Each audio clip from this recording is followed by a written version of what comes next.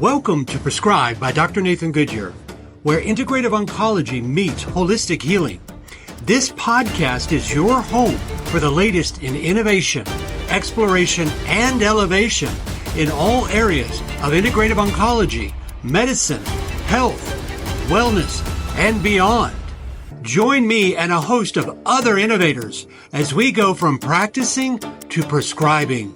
Your daily dose of wellness begins now. Another hot take by Dr. Nathan Goodyear. Here we're talking specifically about the combination of intratumoral PEF, pulse electric field therapy, to augment chemoimmunotherapy. Now, this article was published in 2024 entitled Neoadjuvant Chemoimmunotherapies Improved with a Novel Pulse Electric Field Technology in an Immune Cold Murine Model.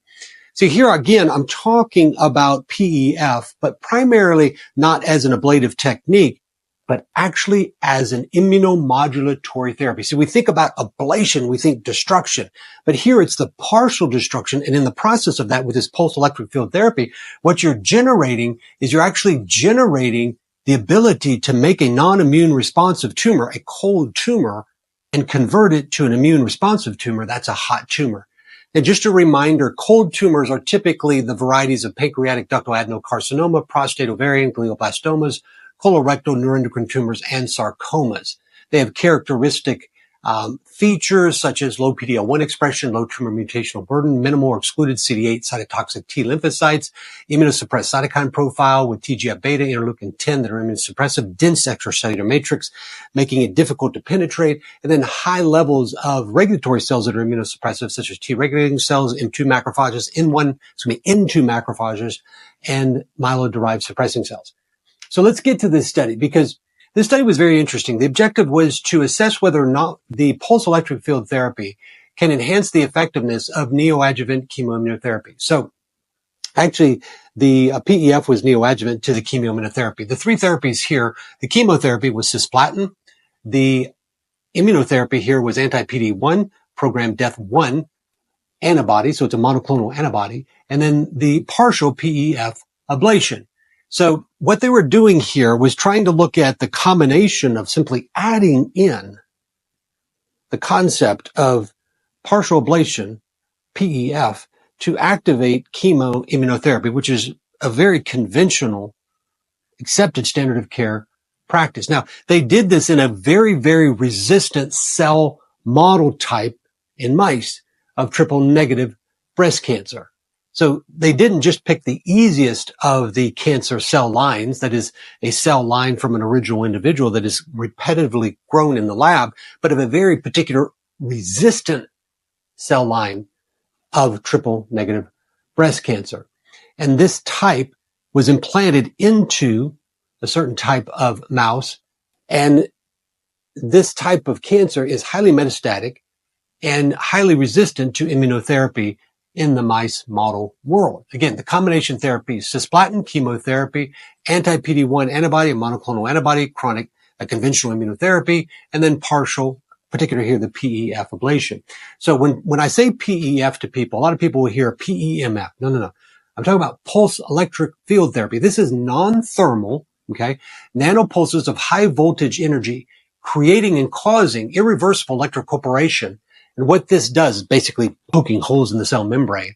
And this leads to immunogenic tumor cell death, but yet preserving certain proteins.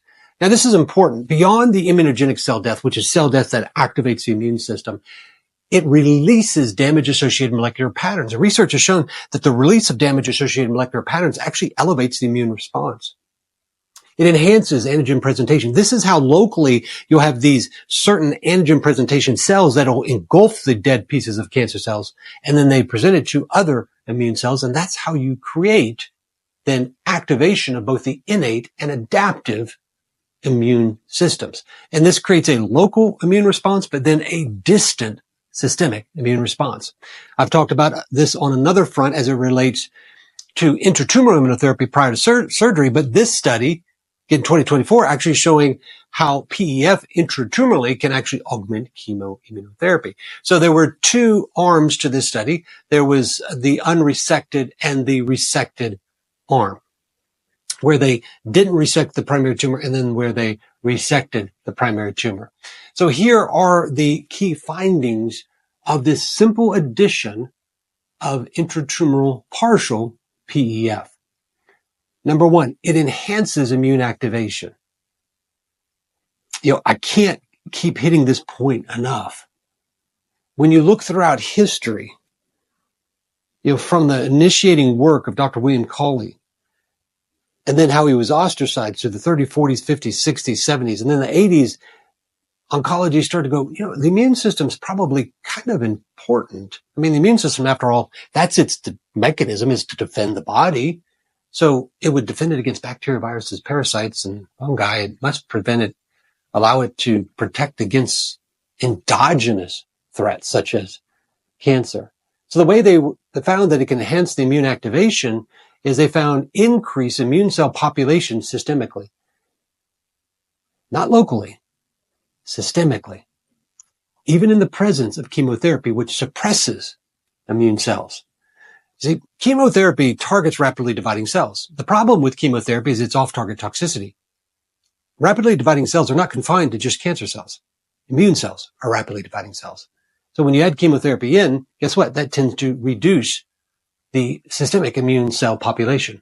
But here, the addition of PEF treatment prior to chemoimmunotherapy elevated systemic immune cell populations. We also found elevated cytokines levels. These are immune signals, the communication environment, the milieu that allows the immune system to be anti-tumor, but also there can be pivot on the cytokines to make it pro-tumor. So there's this constant communication battle, the immune signals, and that is through the cytokines.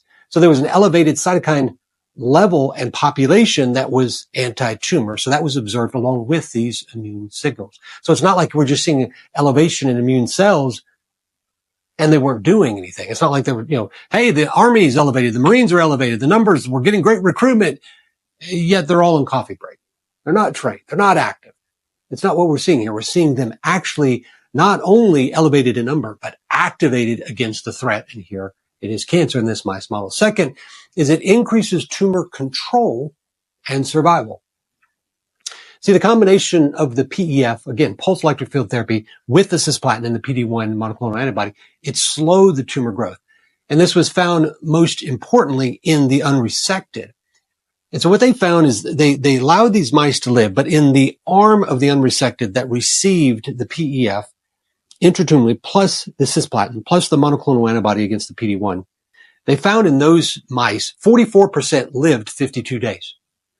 But in those that did not receive the PEF, the pulse electric field therapy, but they did receive the chemotherapy, they did receive the immunotherapy, 0 of those mice lived 52 days. 44% survival at 52 days versus 0. Do PEF prior to chemo and prior to immunotherapy. Now, the PEF here was intratumorally, but the chemotherapy and the immunotherapy was systemically. Again, at the Williams Cancer Institute, we do intratumoral PEF and intratumoral chemo and intratumoral immunotherapy.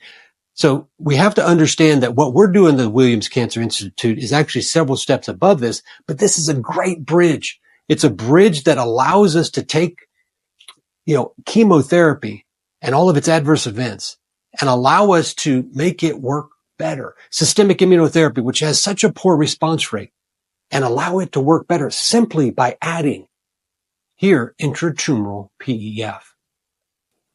And there was also an improved survival rate associated with these mice, as evident in what we were talking about related to the survival number of days for these mice. If that's not enough, 1 and 2, we have metastatic reduction.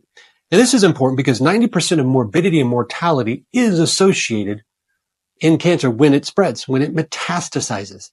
Now, the problem with surgery, the problem with chemo, the problem with radiation, here we're talking about chemo, is that all 3 of these have been shown to, in some ways, increase the risk of metastasis. This has been shown in breast cancer research. Chemotherapy can shrink a primary tumor, yet lead to the mechanism by which it can spread. Got a series on podcasts going to be talking about the unholy trinity. Check that out there. Not just focusing on the negative, focusing on the science, discussing it, then focusing on solutions. And herein lies a potential solution. Provide intratumoral PEF prior to systemic chemo and immunotherapy. It activates the immune system.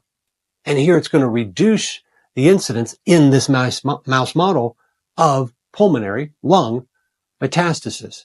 Significantly, the metastasis was reduced to 0.49% in the PEF plus cisplatin plus anti-PD-1 group versus 2.5% in the untreated control group. So it's a significant reduction of risk of metastasis. And if we can reduce the risk of why 90% of morbidity and mortality exists in cancer, that's a win. That's a win. But then finally, it created immune memory. The whole idea, I think, about treatment and about remission and about no evidence of disease is not to just achieve 3 months, 6 months, a year. Those are all great. Those are all great. But it's to do so for decades. Instead of 1 year, how about 20 years? Instead of 5 years, how about 25 years of no evidence of disease? See, I believe the only way you can do that is through immune activation, through creating immune memory, through the training of the immune system. And here, by creating these immune memory cells, B cells and T cells, they're allowed to just permeate the body, supervising, looking for cells that may have broken through and are starting to recur and regroup to come back again.